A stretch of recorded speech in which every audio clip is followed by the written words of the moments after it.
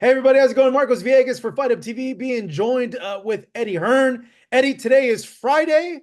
I know you may have coined this in a previous interview based on Oscar's videos. Is today FU Friday for you?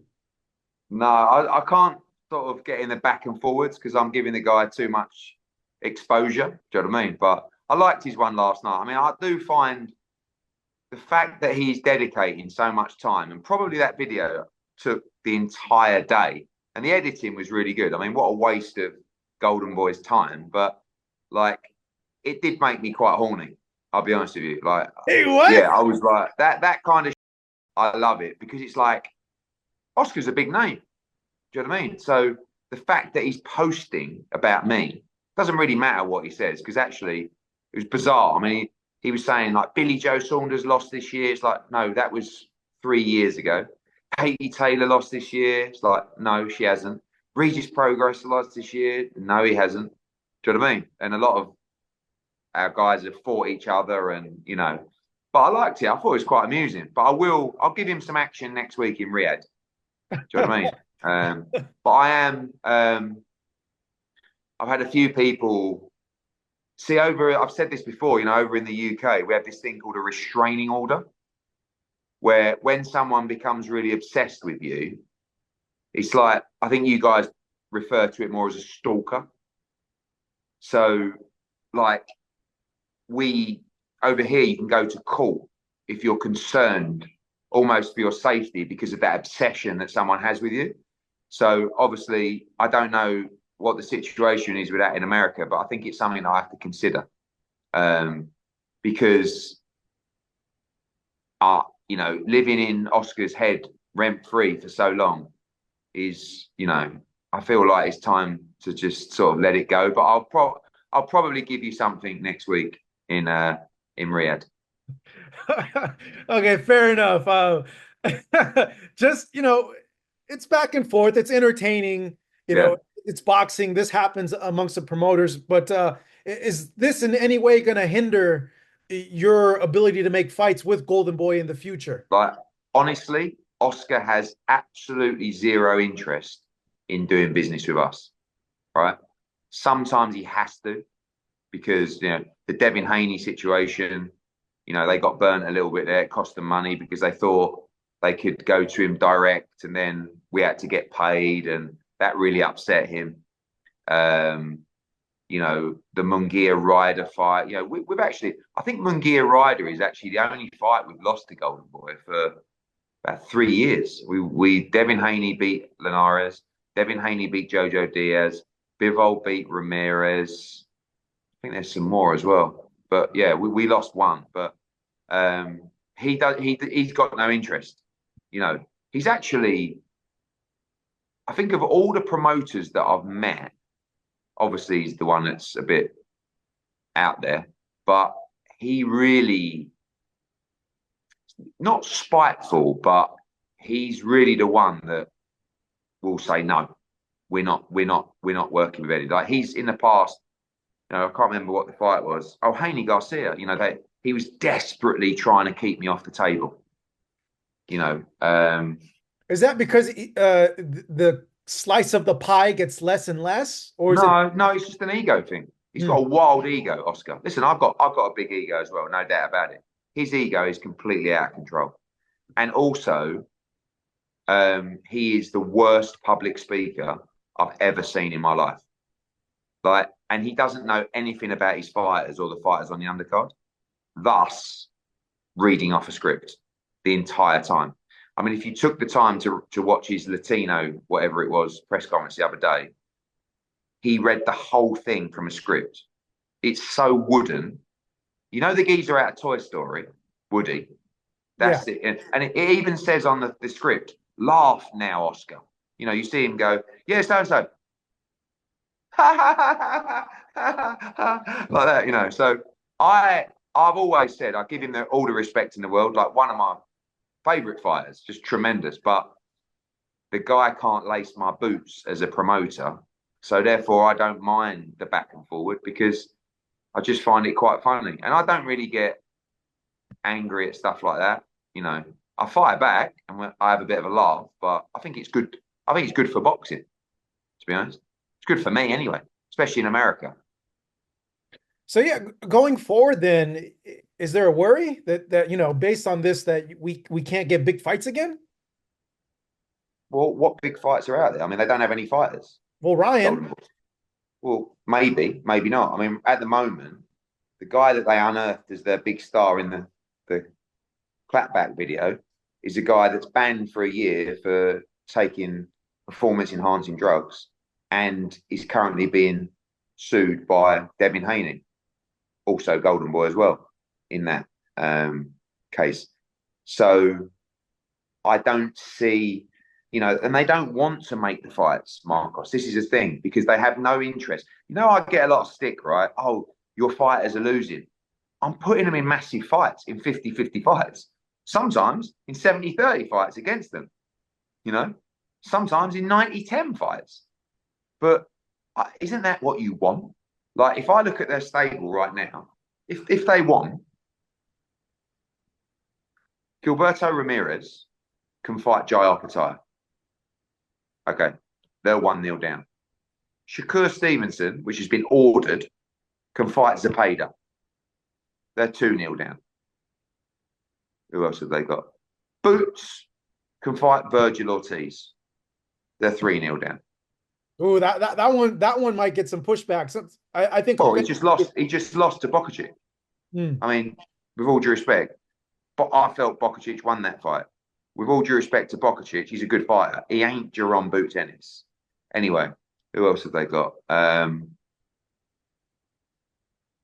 Barboza, Ramirez. Yeah, but they're fighting each other. All right, then. I mean, Barboza can fight any of our 140s. He can fight Liam Parra if he wants for the world title. Doesn't beat him. He's fighting Rich Decision. So basically, no Golden Boy fighters beat our best fighters in those divisions. That's why he won't do a 5v5. I hope His Excellency turns around and watches all these videos and goes, this is great. Let's do a 5v5. Because we will just exterminate the entire business in one tournament. But Oscar won't do it because it's just something inside him that burns him so bad about me. I don't actually know what it is. Because when he's around me, he couldn't kiss my ass more. But I don't know why I burn him so bad. Like, it's just, I eat him up. And I don't know why. I've never even been unpleasant to him. But, it's all good for the game. Yeah, the reason why I asked that is because the Shakur and Zepeda fight, and I know. In my opinion, yeah. Zepeda will duck Shakur. Oh, you feel he won't go through with it? Yeah. I mean, listen, it's his best shot right now. Shakur's coming off the hand operation. He's going to come straight back into the fight. Zepeda's got the warm-up fight against Tevin Farmer. It's a nice style to gear him up for Shakur. I don't think Oscar will do it. He'll eat him up too bad.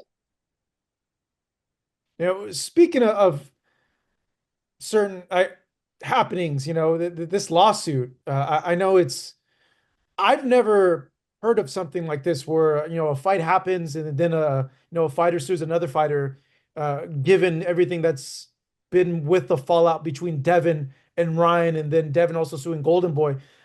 What do you make of this, Eddie? And what sort of precedent can this set if Devin does win the case? I don't want to. At the moment, I don't represent Devin Haney, right? And I don't represent Ryan Garcia. But you guys asked me the questions, so I tend to answer them. And, I had a good chat with Ryan Garcia the other day. He contacted me. Oh, wow. And 3 days ago. Oh, wow. Like that. Yeah. And he sort of said, look, I don't know why you're talking about me. This case is bullshit, blah, blah, blah. And I kind of get what he's saying because I don't have any skin in the game.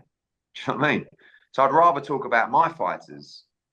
But I never said anything bad about him. In fact, if you watch my Andre Ward interview, I actually said that I don't think Ryan was cheating in training camp. I think he actually more likely took something in the final stages to benefit the weight cut, maybe without him even knowing what he was taking. Do you know what I mean? But I think Ryan was unhappy, and I went back and we spoke a little bit and then messaged and texted and all I'll say on it is this. I think it's a pivotal moment for the sport because this is a really interesting case. Because when you sign up for a fight, you sign up to be clean and, to not have a physical advantage. And what happened to Devin Haney that night physically will definitely affect him. Mentally will definitely affect him. And unquestionably will affect his commercial value and his opportunity to make money moving forward. If he wins the case, Eddie, I don't know what happens. Like, how do you see that shaken out with other fights and fighters in situations? Let's just park that case to the side. I think it's great moving forward that threat to a fighter of another fighter having a legal case against them if they test positive. I mean, the reality is, Marcos, is some people test positively and they're unlucky, right? In my opinion, it's much less than people who are actually cheating, but it definitely happens. So there needs to kind of be a little bit of protection, I guess, because this case could rack up to some serious numbers, But I do love, moving away from the case, I do love the threat to another fighter that if you do test positive, the fighter could have a potential case against you, because that's a much bigger deterrent than a year ban, right? Look at Ryan, he got a year ban. So what? When was the fight? April? We're in October already. Before you know it, he'll be starting training camp. I don't think with his position, he would have fought this year anyway. So that is a much bigger deterrent. And that's why I find it very interesting. Yeah. On the flip side, I would imagine, the counterpoint is, how can you sue someone for beating you up in the ring? Like, this is what you signed up for. No, you because took the money. because they've signed a contract to follow certain rules to make it a fair fight, and the rules weren't followed, and it wasn't a fair fight. So in that essence, you haven't delivered on what you said you would in the contract, which is to be a clean fighter. Because whether Ryan was unlucky, whether Ryan was cheating, whatever he was doing, you can't say it was a fair fight. That's why it's a no contest. It's not a no contest because Devin knows someone at the NYSAC. It's a no contest because it was not a fair fight, because the rules were not followed. And the more you think about it, the more interesting that case becomes. Yeah, it's a lot of ramifications, and yeah, you are right. It could set up, certain consequences if you do go into a fight and that happens, given this precedent that could be set with this case. Moving away from this to another one of your fighters, Eddie. What happened with John Ennis in the purse bid? So we lost the purse bid, and but why? He's your fighter. A lot of people have said, like, hey, this is a bad look for you, Eddie. Like, you just signed this guy and now you go and you lose a purse bid. Oh no, we're running a business. I mean, at the number we bid, we were already making a huge investment in that fight. And there becomes a level, we sat down with Duran and we said, also, he has minimums. Some people don't really understand purse bids. A fighter has a minimum in his contract, and sometimes the bid is less than that minimum because you don't want to overpay the opponent. And Chudasian's already getting overpaid. So we sat with Duran and we said, look, this is the number we're comfortable with bidding. Financially, it's all a disaster for us, but we're going to back it. We're going to try and let's get this fight done. His promoters came in with this crazy bid. Now, whether they could have done it or not, I reached out to them and said, look, what do you want to do? where do you want to do this fight? Do you want to do it? Have you got the facilities for that? Or do you want to work together and do it with us? And we cut a deal to do it together. And the reason that, I just finished an interview actually talking about a lot about this fight. The reason that we decided to make this fight is because I had a very frank and honest conversation with Jaron Ennis, who told me my dream in boxing is to unify the division and win multiple belts in the division. And he's going to do that at 154. And he's going to do that at 160. But I asked him and Bozy a very simple question. Do you need to move to 154 physically? How do you make the weight? And they said, honestly, so easy. And I'm like, then we need to unify. So, well, but this fight, and I said, I know, but sometimes you've got to just get things done. We're going to build a massive card around it. People are going to understand the journey. We've got to deal with this guy, and then we're going to unify.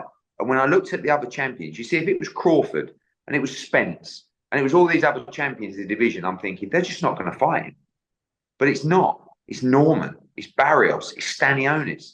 Boots is the biggest fight for all of those guys. So sooner or later, they're going to realize one of them needs to take the fight because they're going to be the ones getting paid.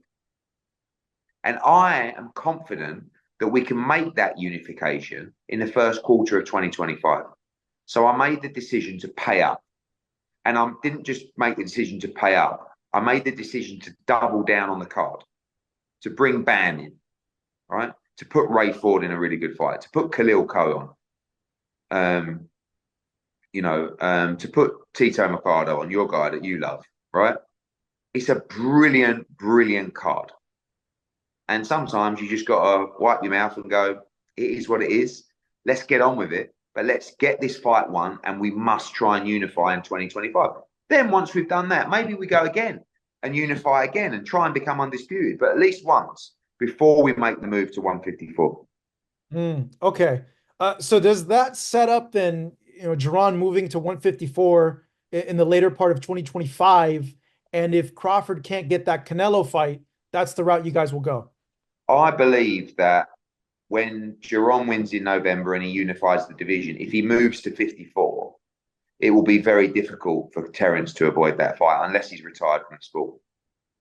Because Boots is going to get bigger and bigger and bigger. And once he unifies, there's going to be real momentum for that fight. But it may take His Excellency to put the money up for Crawford to say, okay, I'll do it, because they're not going to want to do it. No one really wants to fight Boots. Let's be honest. Yeah, there was that fight proposed between Conor and Crawford. Crawford did an interview, said like, hey, I'm just gonna be real honest. Like, I ain't taking leg kicks in a cage, but have you heard what is being planned for Crawford? Is there any movement for a Canelo fight? No, I'm not involved, obviously, with Terence, but what I understand is he's not interested in anything but big fights and big money, right? Which I don't blame him. He's done everything in the sport. And the only fight that I think provides the kind of numbers at the moment that he's interested in is Canelo Alvarez. So I think, in his mind, it's Canelo or I'm just chilled. But he also loves to fight. And, I don't know what's going to happen with Fedora, all these situations. But I think at the moment, he may be sort of angling out on, unless it's Canelo, I'm good. But maybe that'll change over time. Do you think it happens, Eddie? Like, seriously? Like, given, no, you don't. You don't think it happens. Why? Because I don't think that the money's there for that fight that Canelo would want. I don't think he's really interested in that fight. So the money would have to be big. And I just personally, I don't see it happening. How this ties into another fight that's happening is Bivol versus Beterbiev. That's happening the 12th of October. Canelo, after the Berlanga fight, said, hey, I want a rematch with Bivol. If Bivol beats Beterbiev, let's make that happen. Eddie, I know you being a promoter, you have to look to the future. I know this is a huge challenge. This is seen as a 50-50 fight, but can we see the rematch finally between Bivol and Canelo if he does beat Beterbiev? Well, I think that Canelo is a fighter. He definitely wants to rematch Bivol, but Eddie Reynoso will make the decisions. And Eddie knows boxing, and he knows that Canelo was well beat that night.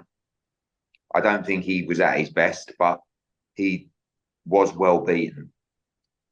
So it's a very, very tough fight. Now, if Bivol wins next week and becomes undisputed at 175, then you're talking about Canelo rolling the dice to win the undisputed 175-pound championship in the rematch. That becomes a huge fight. Now, if Bivol wasn't to win, Bivol could actually come down to 168 and fight Canelo there. So I think there's options all round, but I do think the lure of the undisputed championship at 175, maybe that's enough for Eddie Reynoso to say, let's roll the dice. But let's get the win next week first. It's a very tough fight. For me, it's the best fight in boxing. I really believe that. And I'm looking forward to seeing it. Yeah, for you, Eddie, what makes a difference? Why is Beterbiev going to beat, excuse me, why is Bivol going to beat Beterbiev in your opinion? I mean, look, it is a 50-50 fight. I think there's no doubt about that. For me, to beat Beterbiev, you have to do so many things right, but your footwork has to be incredible. Your output has to be great. You need to punch hard enough to get the respect, but you've got to be so clever with it. Because if you don't stop Beterbiev, he's going to keep coming, keep coming. And yeah, you might be able to keep him off for 4 rounds, 5 rounds, 6 rounds, but he's coming. Bivol is the kind of guy who is intelligent enough to do that for 12 rounds. Still very dangerous, but there's not many that can, but he can. When you look at what he did against Canelo, I know it's 7 pound lighter, but you are talking about one of the greatest fighters of all time. And he won that fight quite comfortably, if we're honest. But Beterbiev's a monster. And it's just a thrilling 50-50 fight. Have you played the fight out in your mind, Eddie? Like, do you have a feeling how it's going to go? Yeah, pretty much like I said it, really. It's just a case of, can you keep him off? You've got to try and hurt him a little bit. You've got to get his respect.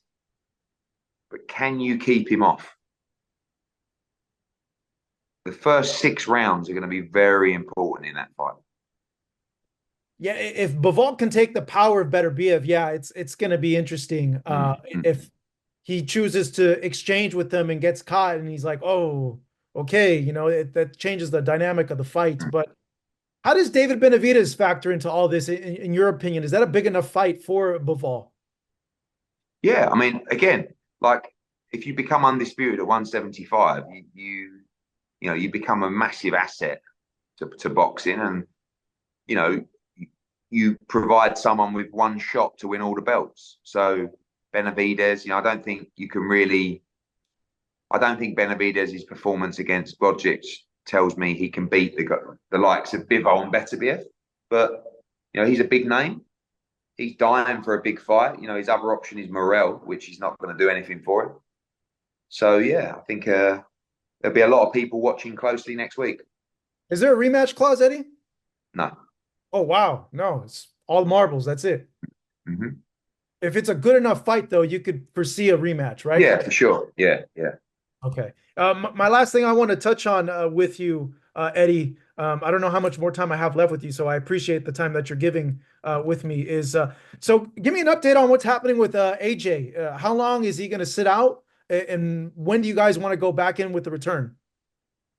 So the big decision now really is, do we take the rematch? There's a keenness from His Excellency to make that rematch in February. Part of our options within our contract. I I think AJ will always lean towards the rematch. You know, you saw him rematch Ruiz straight away. You saw him rematch Usyk straight away. Um, for me, the other carrot that may dangle is obviously waiting for the Fury Usyk fight on December 21.